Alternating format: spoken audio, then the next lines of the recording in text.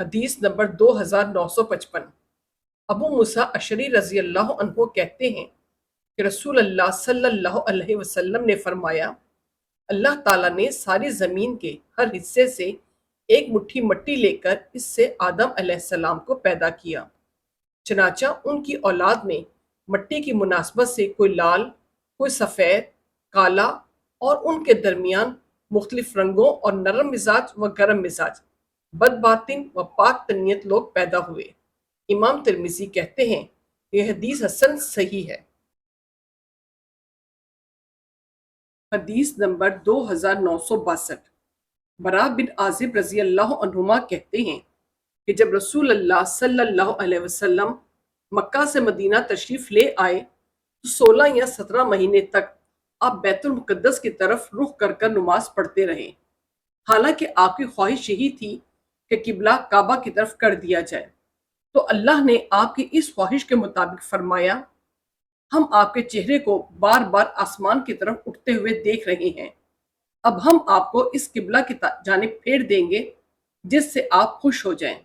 آپ اپنا منہ مسجد الحرام کی طرف پھیر لیں۔ پھر آپ کعبے کی طرف پھیر دیے گئے اور آپ یہی چاہتے ہی تھے۔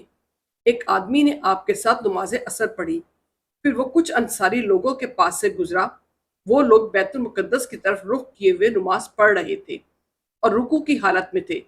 اس شخص نے اعلان کرتے ہوئے کہا کہ وہ گواہی دیتا ہے کہ اس نے رسول اللہ صلی اللہ علیہ وسلم کے ساتھ نماز پڑھی ہے اور آپ کو کعبہ کی طرف منہ پھیر کر نماز پڑھنے کا حکم دے دیا گیا ہے۔ یہ سن کر لوگ حالت رکوع ہی میں کعبہ کی طرف پھر گئے۔ امام ترمذی کہتے ہیں یہ حدیث حسن صحیح ہے۔ حدیث نمبر 2964۔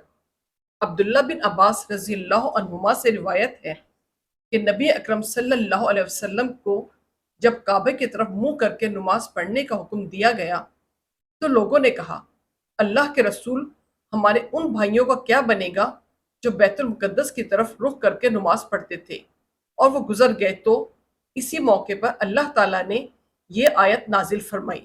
ترجمہ: اللہ تعالیٰ تمہارا ایمان ضائع نہ کرے گا۔ امام ترمذی کہتے ہیں یہ حدیث حسن صحیح ہے۔ حدیث نمبر 2967۔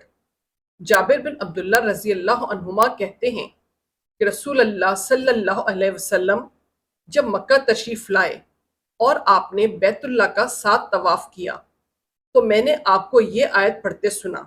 ترجمہ: مقام ابراہیم کو نماز کی جگہ بنا لو۔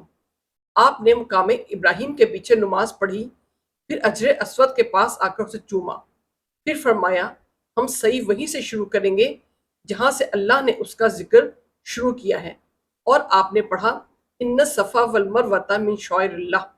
امام ترمذی کہتے ہیں یہ حدیث حسن صحیح ہے۔ حدیث نمبر 2969۔ نعمان بن بشیر رضی اللہ عنہما سے روایت ہے کہ نبی اکرم صلی اللہ علیہ وسلم نے آیت وقال ربکم ادعونی استجب لکم، اور تمہارے رب کا فرمان ہے کہ مجھ سے دعا کرو میں تمہاری دعاؤں کو قبول کروں گا، یقین مانو کہ جو لوگ میری عبادت سے اعراض کرتے ہیں وہ ان قریب ذلیل ہو کر جہنم میں پہنچ جائیں گے کی تفسیر میں فرمایا کہ دعا ہی عبادت ہے۔ پھر آپ نے سورہ مومن کی آیت وقال ربکم ادعونی استجب لکم سے داخلین تک پڑھی۔ امام ترمذی کہتے ہیں یہ حدیث حسن صحیح ہے۔